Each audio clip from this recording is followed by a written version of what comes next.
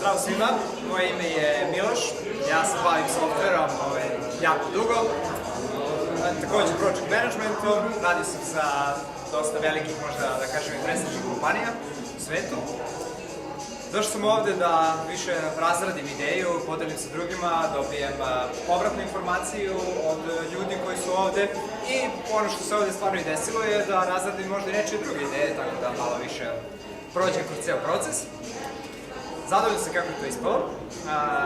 Imamo dosta razrađenih ideja, imamo povratne informacije, mislim neke stvari su se promenile, nešto se usmerilo, dobili smo neke nove ideje i naravno, mislim da bili su lepe nagrade, mislim da je nagrada otišla na pravo mesto i da je to dobro, zanimljivo, vidjet ćemo šta će dalje se dešava.